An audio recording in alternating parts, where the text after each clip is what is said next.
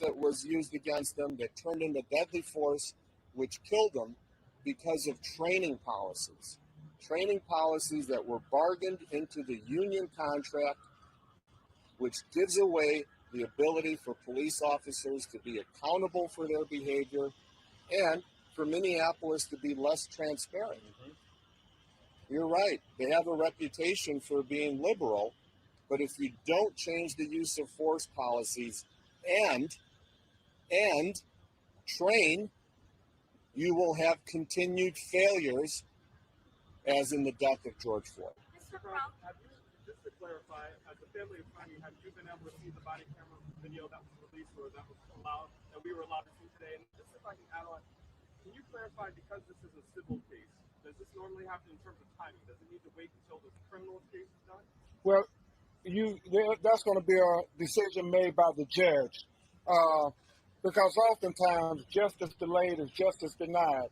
We have cases where black people were killed on video, and 5 years has eclipsed, and still no civil justice. I know Chris knows that he's fighting with Alton Sterling. So these things are literally left up to the judge. You have cases that happen, like Stephon Clark, within the 12 months they are resolved, when cities want to try to do the right thing, when they want to try to send the message that we care about all life.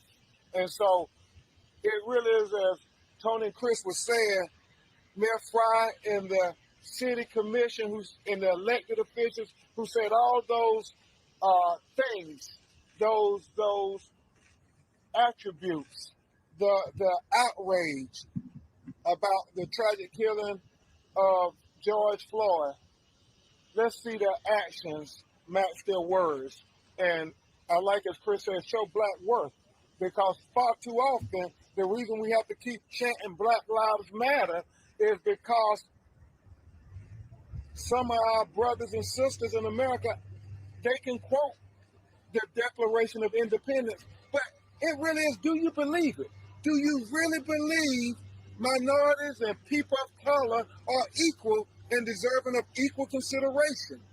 Because we know if that would have been somebody else besides a black man, on their face, handcuffed, and a knee on the neck in the back for 8 minutes and 46 seconds, my Lord.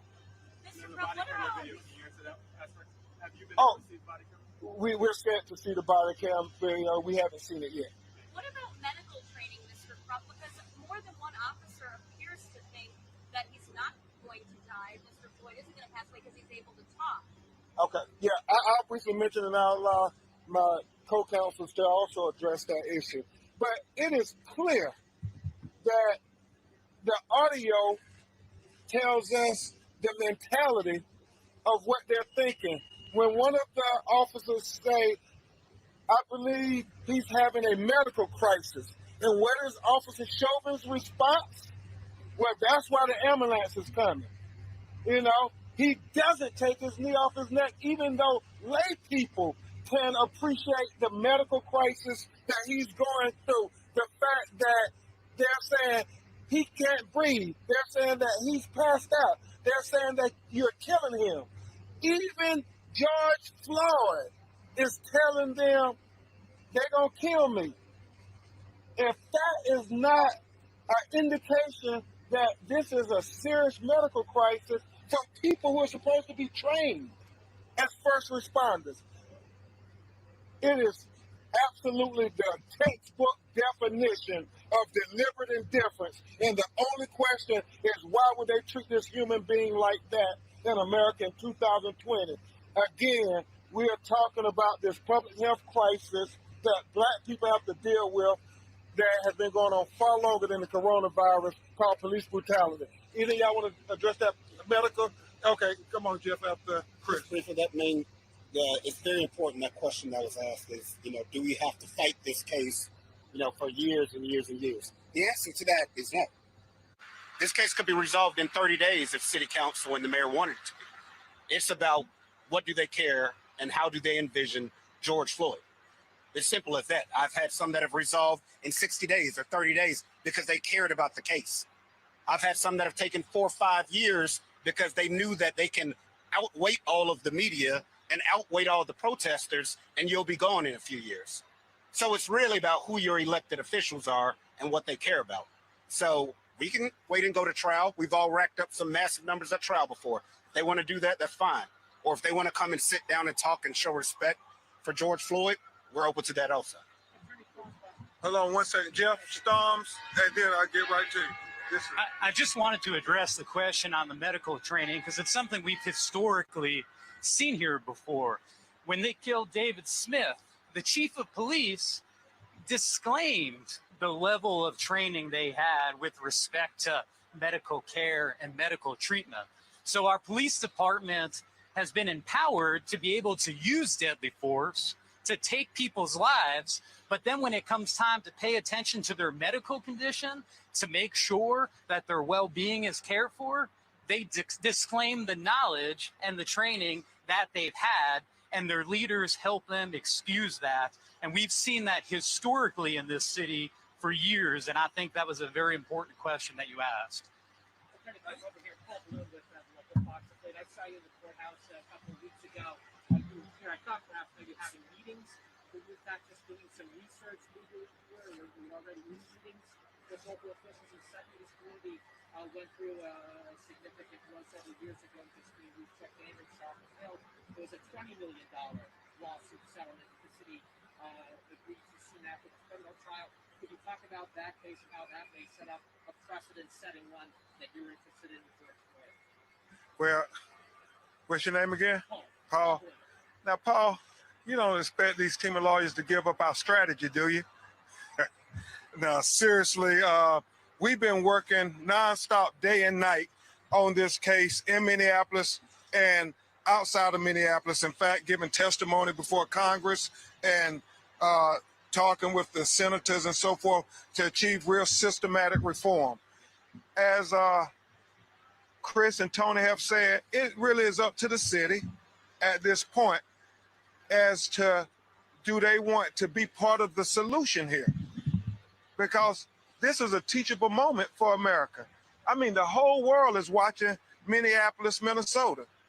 The whole world is watching the leadership.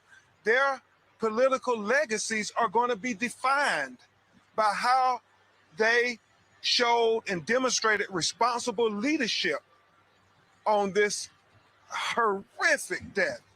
And so when you think about the precedents that were set with the Diamond case and other cases, we know that this is an unprecedented case, And we, with this lawsuit, do want to set a precedent to make it financially prohibitive, that the police won't kill marginalized people and Black people in the future in America. And so we have to try to make it financially disadvantaged. Forgive me. I want to say something very clear here.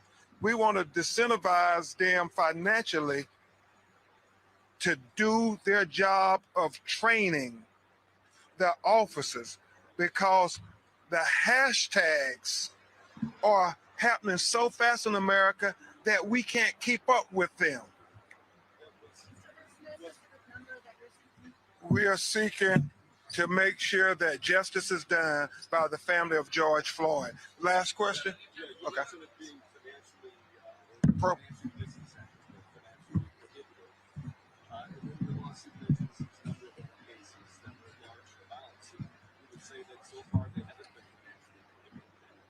Well, you know, the real issue is how much do cities and municipalities have to pay to tell their police departments that enough is enough.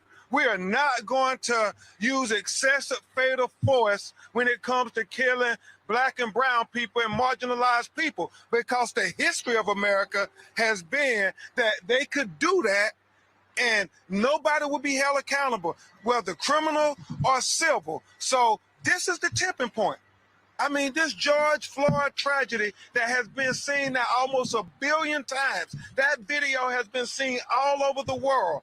If we don't get this right, then we're going to see not only more cities burning in America, but we're going to see people heartbroken. Can you imagine his family? Can you imagine his children looking at that video with him being tortured to death by the people who are supposed to protect and serve them? If this was your father or your brother or your sister or your husband or your wife, what amount would it take to say justice? What amount? That is what we intend to put before the city of Minneapolis, either with the city commission or in the great halls of justice, where last time I checked, George Floyd, as a black man, still was an American citizen who deserved every constitutional right, in fact, was entitled to it. Do America believe, in the words of Thomas Jefferson?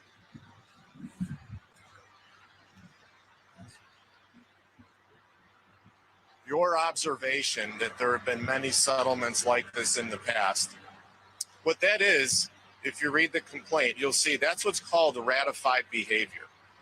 It's a learned behavior that if you will be covered for, you will be protected, we will pay for you.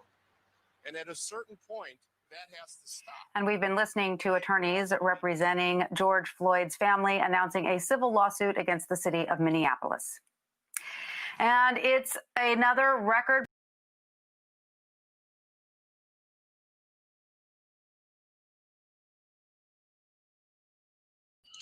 Well, that was a convenient interruption by the white woman.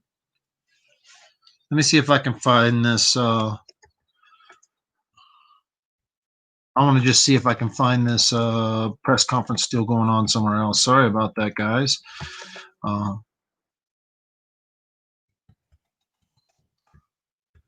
It was just a real convenient interruption. She didn't want you to hear the end of the attorney. Man, it's not even really, nobody else is covering it.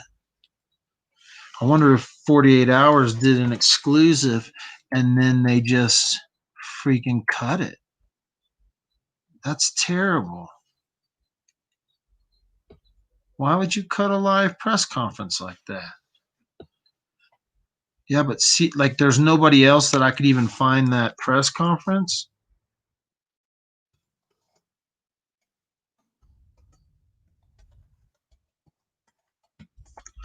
Huh. Oh, here we go. What we got here? Yeah. No. They've cut it on CBS too.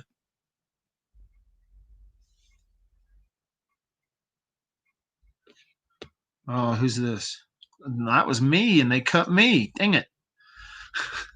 They look like they cut it everywhere. Yeah, it looks like they have.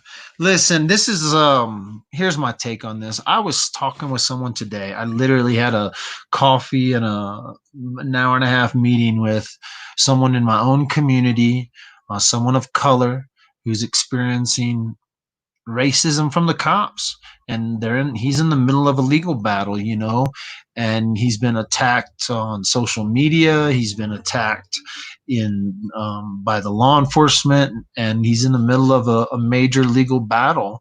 And he, asking me about, hey, I want my story to be told. What's the best way to go about this? And unfortunately, unless you are prepared to unless you're lawyers, here's the deal. People want to criticize these lawyers that get in front of the press. These lawyers are playing a game to win in the press, right? There's two games being played in the George Floyd case. There's two games being played in every case, especially when it comes to police brutality. You want to win in the media, and you also want to win in the courtroom.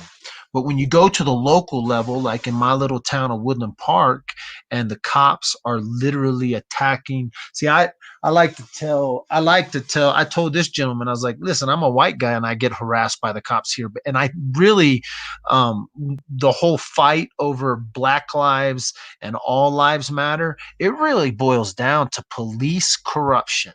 No matter if you're white, black, Mexican, brown, Jewish, there is so much racism amongst law enforcement, even amongst black law enforcement. Like, so that's the thing when people say Black Lives Matter, there are a lot of black cops that shoot black men in the streets. And so this is more about the corruption of our police force and our soldiers that are spread across the country and labeled as cops. They're no different than the Roman soldiers who used to walk the streets of the Middle East. They're no different than the Chinese soldiers who walk the streets of mainland. There's no difference between law enforcement and our military. It is just military amongst the people that are out doing whatever they please. Really, it's not even about corruption. These cops think they're justified.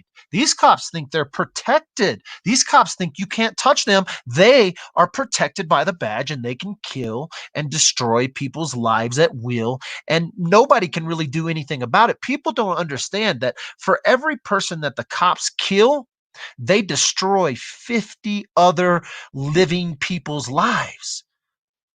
Like, from false accusations, from lies, from false reports, from racism that they just play out on their own. I heard a story today about local officers attacking a colored man here in Woodland Park, Colorado, small little town, and then they just lie. And I go, that's what they did to me. So I know you're telling me the truth, but people don't understand. Law enforcement is the issue. And it's not that white people are racist to black people. It's not that Mexicans are racist to black people or Mexicans are racist to white people. It is police officers are racist to anyone who's not in law enforcement. And they have especially targeted, especially on the top of their list, is the black man. Hey, thanks for watching Dad with the Phone. This is a touchy subject that I haven't really touched on very much, but I'm going to continue to talk about it. I'm so glad that these attorneys have chosen to try this in the media and to try this in the courtroom. That's the best way to do it. You got to try it in both games. And that's what they're doing. That's why they continue to do press conferences. We'll try to catch them. We'll try to bring them to you. Thanks for watching. We'll talk to you later.